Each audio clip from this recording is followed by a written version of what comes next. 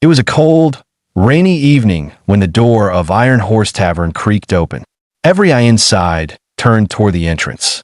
The smell of leather, motor oil, and whiskey filled the air as thunder rolled outside. And there she was, a young, pregnant woman, drenched from the storm, her hands trembling as she clutched her belly. She looked scared, lost, desperate, and no one in their right mind would walk into a biker bar alone at night, especially not someone like her. But what she said next would silence the laughter, stop the music, and change every man in that room forever. Hey there, friend. Welcome to Echoes of Dad, where we share real and powerful stories that remind us what truly matters in life. Compassion, courage, and the heart to do what's right.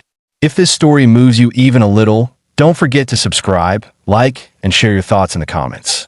Every story here is a reminder that kindness is never wasted. Now, let's begin. The night had been loud and rowdy. Motorcycles lined up outside like sleeping beasts, their chrome gleaming under the rain.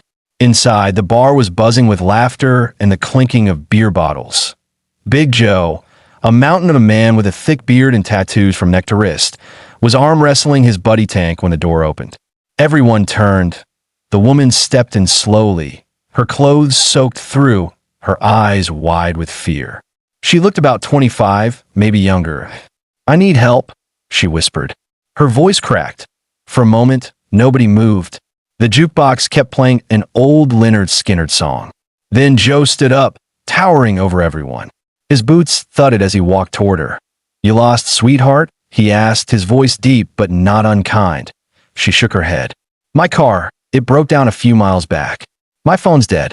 I've been walking for over an hour. I didn't know where else to go." Joe frowned. "You out there all alone?" "Yes. My husband's overseas. I'm just trying to get to my mom's. She lives about 20 miles from here." Someone from the back muttered, "Poor thing, looks like she's about to give birth right here." The woman smiled faintly, embarrassed. 2 weeks left," she said softly, "but the baby's been kicking a lot today." Joe looked at his buddies. They were a rough crowd, bikers with leather vests, scars, and pasts they didn't like to talk about. People feared them. But right now, every one of them felt something stir inside, a mix of concern and guilt. Joe reached for his jacket. "All right, let's get you warm first." He led her to a booth by the fireplace. Tank grabbed a towel. Another guy fetched a cup of hot cocoa, the only thing close to gentle on the menu. As she sat there drying off, she told them her name was Maggie. She was 27, living in a small apartment 2 towns over. Her husband was a mechanic who had been deployed with the National Guard 6 months ago. Since then, things had gotten tough. She was driving to her mom's place because she'd started feeling sharp pains and didn't want to be alone if the baby came early.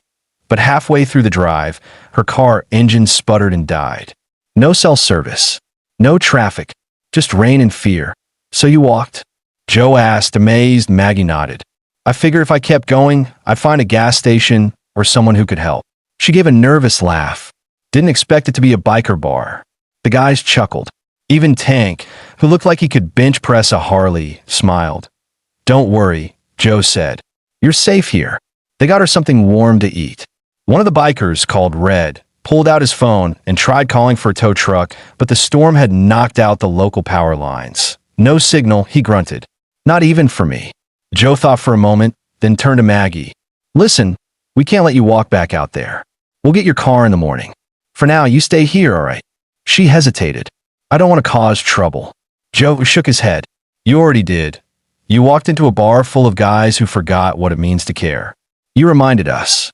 The room went quiet again. There was something about the way he said it, like he meant every word. A few hours passed. The storm raged outside, but inside it was warm. Maggie laughed for the first time in days as the men told stories about the road, about mistakes and second chances. Tank showed her a picture of his daughter, who he hadn't seen in 3 years because of a messy divorce. Red talked about losing his job and finding purpose again through the biker community. One by one, they opened up. Maggie listened with tears in her eyes.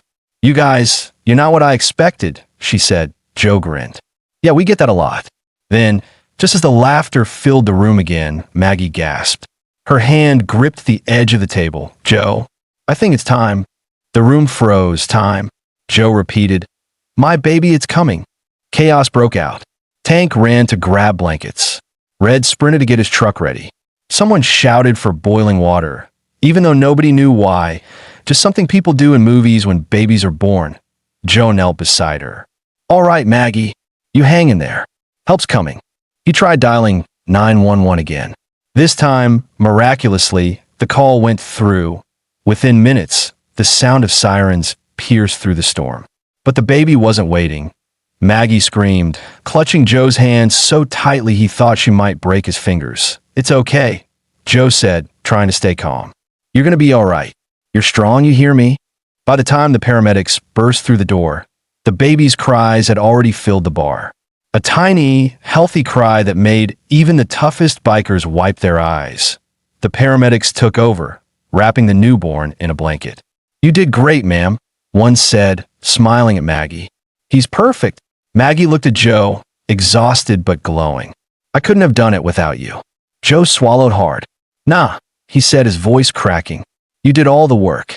But deep down, he knew something had changed in all of them that night. When morning came, the rain had stopped.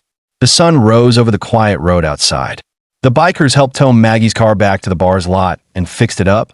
No charge, of course. When she was ready to leave, she stood by her car holding the baby, tears in her eyes. "I don't even know how to thank you all," she said. "You were strangers, and you saved me." Joe smiled. "We weren't strangers.